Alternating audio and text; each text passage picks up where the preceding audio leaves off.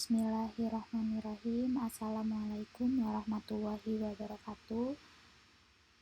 Perkenalkan, nama saya Adinda Puspitawati, NIM 202001013007.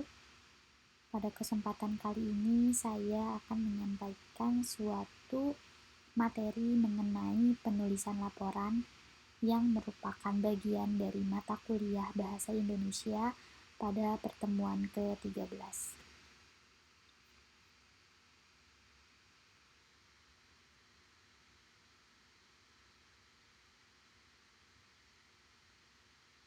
Penulisan laporan.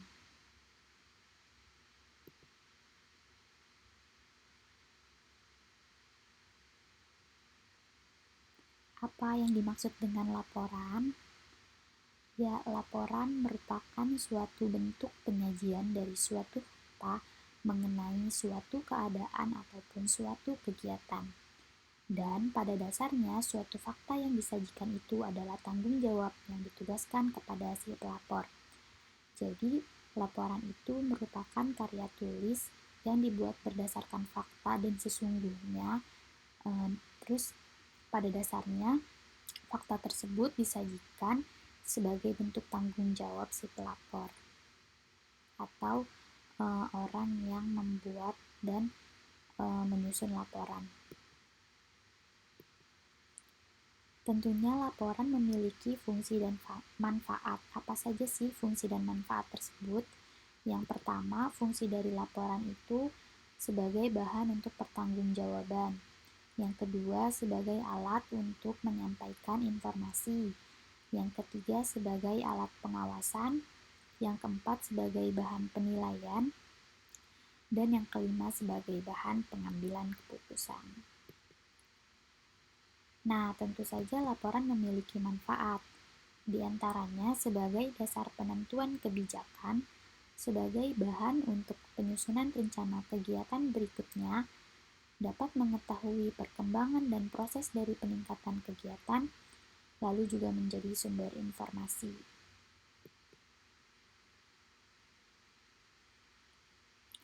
Sistematika pembuatan laporan.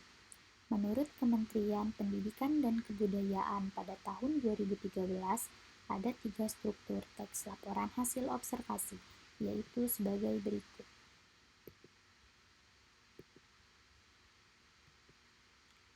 Yang pertama, ada definisi umum.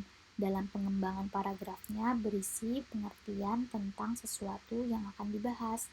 Definisi umum juga bisa dibuat sebagai bagian pembukaan dalam sebuah teks laporan hasil observasi. Lalu yang kedua ada deskripsi bagian. Deskripsi bagian ini merupakan isi dari teks laporan hasil observasi. Deskripsi bagian ini berisi gambaran tentang sesuatu secara terperinci. Jadi dalam deskripsi bagian ini kita dapat mengetahui isi atau inti dari laporan tersebut. Lalu yang ketiga ada deskripsi manfaat.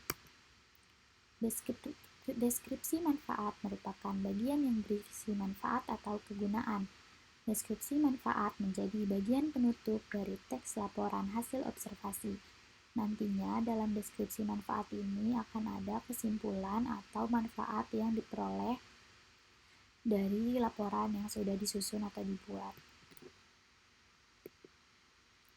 Nah, tentunya laporan juga memiliki pokok-pokok bagian loh. Di antaranya ada pendahuluan.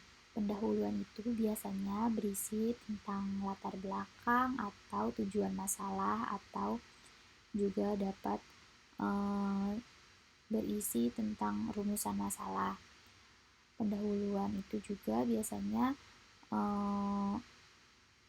berisi tentang apa sih yang melatar belakangi laporan itu dibuat dan apa rumusan masalah yang akan dibuat. Lalu yang kedua ada batang tubuh laporan. Batang tubuh laporan tentunya berisi tentang isi dari laporan tersebut. Nah, biasanya pada batang tubuh laporan ini juga dilengkapi dengan hal-hal yang mendukung dari laporan yang akan disampaikan. Lalu tentunya juga ada kesimpulan. kesimpulan apa sih yang dapat kita petik dan kita ambil dari laporan yang sudah kita buat. Lalu ada saran juga, saran untuk laporan ini tuh sebenarnya kedepannya harus gimana, ataukah ada yang kurang dari laporan yang sudah dibuat. Nah, nantinya saran dan kritik itu akan membangun laporan tersebut agar dapat menyempurnakan di kegiatan berikutnya. Lalu yang terakhir adalah lampiran yang dapat digunakan sebagai bahan pendukung untuk laporan tersebut. Mungkin itu saja yang dapat saya sampaikan pada pertemuan kali ini. Terima kasih, dan saya mohon maaf apabila banyak kesalahan. Atas perhatian dan kerjasama dari Ibu dosen, saya ucapkan terima kasih. Wassalamualaikum warahmatullahi wabarakatuh.